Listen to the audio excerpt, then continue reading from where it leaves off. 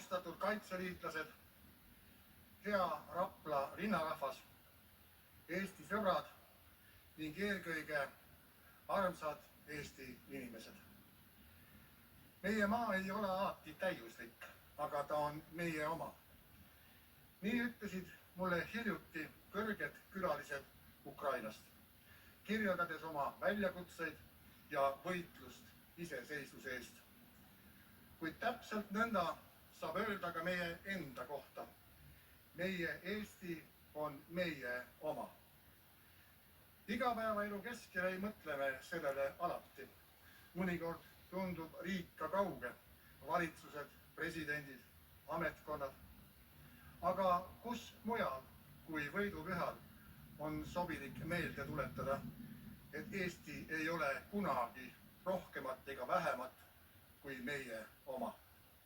Ta on meie oma kodu, mida saab olla kõigil ainult üks.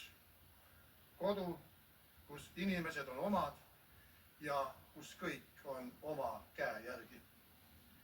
Seda kujundit kuulsin ka tänavusel kevadtormil, kus nii ajateenijad kui ka reservväelased kinnitasid, et osalevad õppustel just kantuna soovist kaitsta oma kodu, selles laiemas tähenduses. Sest kui Eesti on meie oma, siis on loomulik ka soov seda kaitsta. Head inimesed, on arusaadav, et jälgime murega maailma julgeoleku olukorda, kus jõupoliitika ründab väikeriikide iseseisvust ning omakasupüüdlikkus õõnestab liitlaste ühtsust. Inimesest tekib arusaadavalt küsimus, kuidas sellega toime tulla, kuidas vaadata tulevikku kindlustundega. Vastust tasub otsida sellest, mida oleme juba suutnud, ja selleks ei pea minema kuigi kaugele minevikku. Mäletan hästi 5 aasta tagust Eestit ja kui teistmoodi see tänasega võrreldes oli. Kogesime ühiselt, kuidas Venemaa julm sõjakäik Ukraina vastu muutis meie enda riigi kurssi. Oleme selle 5 aasta jooksul üheskoos teinud asju, mis toona tundusid mõeldamatud.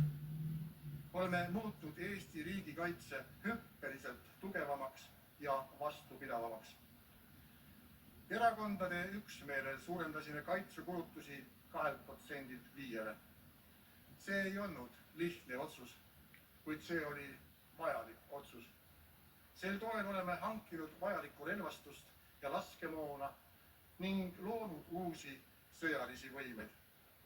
Oleme tugevdanud oma piiri, merelist julgeolekut, õhukaitset. Täna võime öelda, Eesti ei otsi vastasseisu, aga oma vabadust me kellelegi ei loovuta. Me kaitseme ennast alati. Tugevamaks ei ole saanud ainult Eesti. Ka meie liitlased näevad nüüd Venemaad sellisena, nagu meie oleme teda alati näinud. NATO-ga on ühinenud Soome ja Rootsi. Alliansil on olemas kaitseplaanid ning Suurbritannia brigaad tunneb ennast Eesti metsi sama hästi kui paljud meist. Tänan siinkohal kõiki Eestis alaliselt paiknevaid sõjamehi ja naisi Suurbritanniast, Prantsusmaalt ja Ameerika Ühendriikidest. Nagu tänan ka Itaalia ja Portugali õhuväelasid, kes eelmisel aastal turvasid meie õhuruumi. Oleme tugevamad ka oma majanduslikku ja energiajulgeolekut. Lõpetasime sõltuvuse Venemaa energiast ning ühendasime oma elektrivõrgu mandri Euroopaga. Venemaa ei saa enam kasutada energiat Eesti mõjutamiseks ega survestamiseks. Kuid riigikaitse tähendab enamatki. Riigikaitse sisaldab ka elanikukaitset, kriisivalmidust ja elutähtsate teenuste toimimist.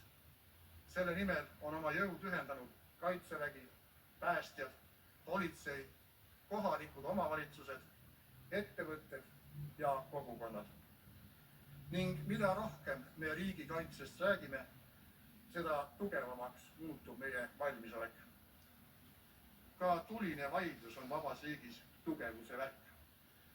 See näitab, et inimesed hoolivad, et Eesti on meie oma. Head inimesed, need on Eesti saavutused. Need on Eesti rahva saavutused ja need on sündinud meie ühisest tahtest. Nad põhinevad jagatud vastutusel, koostööl ja usaldusel üksteise vastu, nagu ikka kodudes.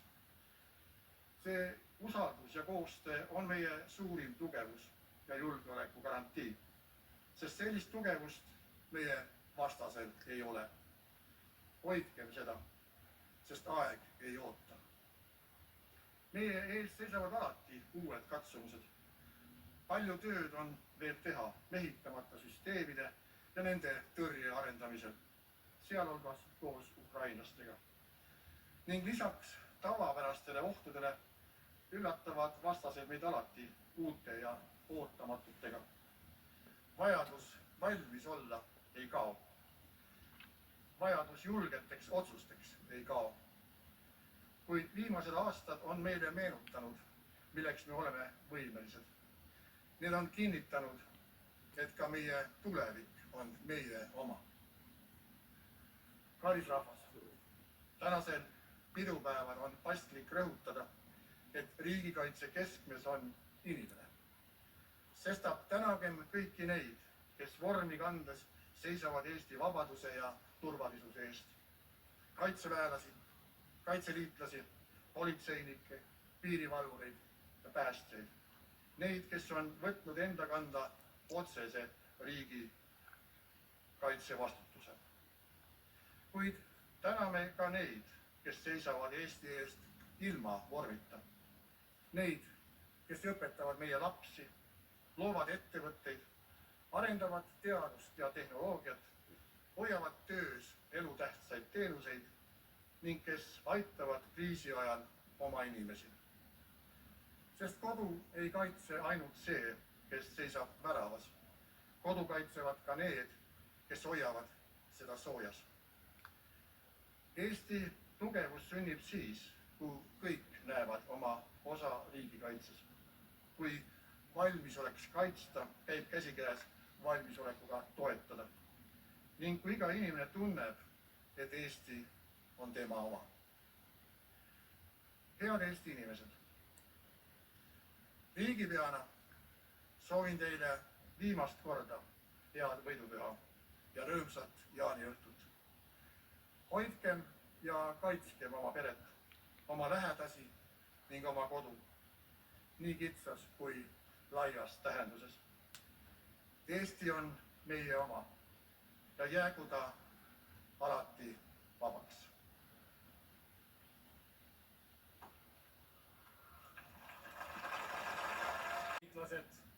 Liitlased, head Rapla inimesed, hea Eesti rahvas.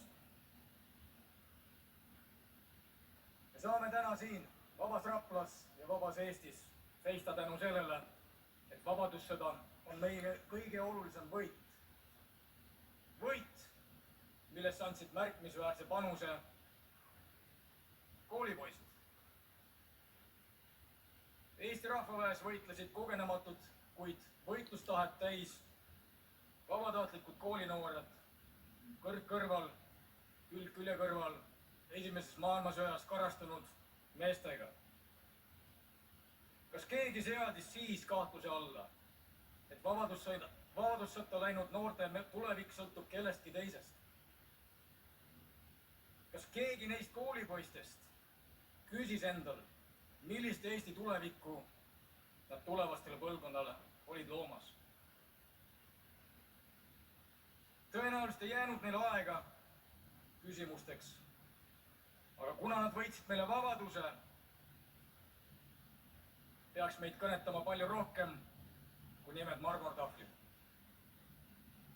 Aga mõeldes kaasaja noortele, kas ikka piisab ainult sellest, et kui ütleme neile retooriliselt, teie olete Eesti tulevik? Ei piisa. Me peame kogu ühiskonna juba praegu neile ütlema, et te olete täna vajalikud ning oluline osa Eesti riigi tuleviku kujundamisel. President Kennedy on öelnud 65 aastat tagasi: ära küsi, mida riik saab sinu heaks teha, vaid küsi, mida sina saad riigi heaks teha. Me ei peaks passiivselt pealt vaatama ega kritiseerima noorte füüsilisi ja vaimseid võimeid.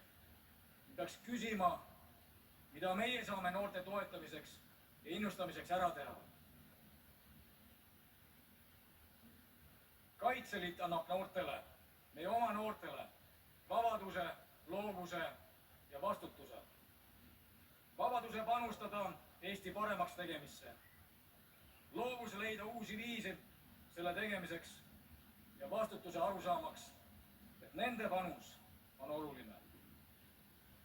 Kaitseliit pakub 8000 noorele võimalusi kasvada ja õppida, tegustada üheskoos meeskonnana ning kujuneda inimesteks, kes hoolivad oma kogukonnast ja Eestist. Kuid me ei tohiks lasta end häirida põlvkondavahelisest erinevustest. 35 aastat taasiseseisvunud riigis ei ole kohane esile tõsta stereotüüpi, et ainult okupatsioonivõimu all elanud inimene oskab hinnata vabadust. Jah, ta oskab ja tulihingeliselt, aga me teame ka meie uuemad põlvkonnad, olgu siis hilised sajandivahetuse või tänased Z ja alfa generatsioonid, mõistavad, mida tähendab vabadus. Vabas Eestis kasvanud ja avatud maailmas hariduse saanud noore inimese vabadusiha ja tahe on võimas jõud. Ta mõistab, mis on vabadus, sest tänane julgeolekuolukord näitab, mis on selle hind. Meie kõige olulisem ülesanne tuleviku kujundamisel on kaasata noori, neid kuulata, neid usaldada. Sest meil on üks ühine eesmärk: hoida Eesti vaba. Nii nagu Vabadussõjas oli võtmeroll noortel, nii on neil see ka tänasel võidupühal. Noored, kes siit Raplast, võidupüha pealinnast, viivad võidutule maakondadesse, on endale seadnud kindlad sihid ja eesmärgid, mis põlistavad nende enda ja riigi tulevikku. Neid noori on palju, aga lubage mul esile tõsta 2 tublit noort tuletoojate seast. Ann Pikkorainen, Harju ringkonna kadutütar, kes soovib tulevikus pühendada oma elu riigikaitse valdkonnale. Ann on kodutütarte organisatsiooniga olnud juba seotud 11 aastat. Kui te mõtlete, kui vana Ann täna on, milline pühendumus. Ja juba mõne nädala pärast astub ta ajateenistusse ning seejärel plaanib jätkata õpinguid riigikaitse suunal. Edu sulle, Ann! Robert Täht, Jõgeva maalava noorkotkas, kes viib võidutule täna küberkaitseüksusele. Ta on viimase 3 aastal olnud droonivaldkonnas tegija ja edendaja selle sõna otseses mõttes. Ta ehitab, täiustab, täiendab droone ning lendab nendega nii Kaitseliidu kui Kaitseväe õppustele. Robert, jätka samas vaimus. Samuti tahan tunnustada perekond Kosenkraaniuseid. Veronika on Naiskodukaitse Rapla ringkonna ja Erik Rapla maleva aktiivne liige. Lisaks osalevad nad pühendunult oma kodukandi noorsootöös ja noorte juhendamises, olles vabatahtlikud noortejuhid. Erik on olnud organisatsiooni liige 11 aastat, Veronika 7. Ainuüksi selle esimese poolaasta jooksul on nad 2 peale organisatsiooni hüvanguks panustanud 340 tundi. Erik on täna rivis noortekotkaste ees ja Veronika loomulikult Rapla maleva naiskodukaitsjate seas. Suur aitäh teile, Erik ja Veronika! Kodutütarde ja noortekotkaste ridades on sirgumas põlvkond, kes leiavad oma tee riigikaitsesse, olgu vormis või ilma, relvaga või relvata, kuid alati vastutustundliku kodanikuna. Kodutütarde ja noorkotkaste tegevus õpetab märkama ja hoolima, juhtima ja tegutsema ka keerulistes olukordades. Kaitseliidus saavad noored kaasa reaalse kaitse ja võitlustahte. Veelgi enam, noortega varakult tegeledes annab neile oskused, et nad oleksid võimelised oma riiki hoidma ja kaitsma. Head Eesti inimesed, Kaitseliit on läbilõige ühiskonnast ja motiveeritud inimestest. Meil on kandev roll ka laiapindse riigikaitse kujundamisel, noorte õpetamisel ja toetamisel. Seetõttu näiteks noortevaldkonna juhendamisele ja juhtidena on võimalik kõigil teil panustada. Olgem toeks ja abiks noortele, sest nendest sõltub, milline on Eesti järgmise 25 ja 50 aasta pärast. Ehk siis tulevikus, mis on käes juba täna. Meeldib meile või mitte, aga tehisaru on tulnud, et jääda. Seetõttu vaatan lootuslikult meie noorte poole, kes ilmselgelt saavad tehisaru kasutamises paremaks kui eelnevad põlvkonnad. Ja see on riigikaitsele hädavajalik. Juba täna on sõjapidamise kasutusel süsteemid, mis põhinevad tehisarul ja aitavad otsuseid teha. Otsuseid, millest sõltub elu ja surm. Siiski, vaatamata arvutusvõimsuse hüppelisele kasvusele ja uutele läbimurretele tehisaru mudelites on endiselt oluline, et inimese poolt probleemi sõnastamine oskus säiliks. Käigem ajaga kaasas, aga pidagem meeles inimeste tarkusest. Inimese tarkus on see, millest sõltub, kuidas ja milleks kasutada tehnoloogiat. Targad inimesed teavad, et riigikaitse ei ole ainult riigi mure ja asi. Ka erasektoril on siin järjest olulisem roll. Olgu selleks siis reservväelastele töötasu säilitamine õppuste ajal või rahaline annetus vajamineva varustuse soetamiseks. Eesti oma kaitsetööstus saabki areneda vaid siis, kui me ise sellesse panustame. Kaitsetööstus võiks ja peaks olema üks noorte karjääri valikutest. Ja veelgi parem, kui noored saaksid erasektorisse kaasa võtta oma uued ideed ja põimida need juba läbiproovitud kogemustega riigikaitses. Kuid täna olgem südamest tänulikud, et elame vabas Eestis. Olgem tänulikud, et meie seas on inimesi, kes on valmis meie vabadust kaitsma. Naudime võimalust tähistada võidupüha jaanipäeva koos oma lähedastega vabas Eestis. Ja uskugem võimesse kaitsta oma riiki.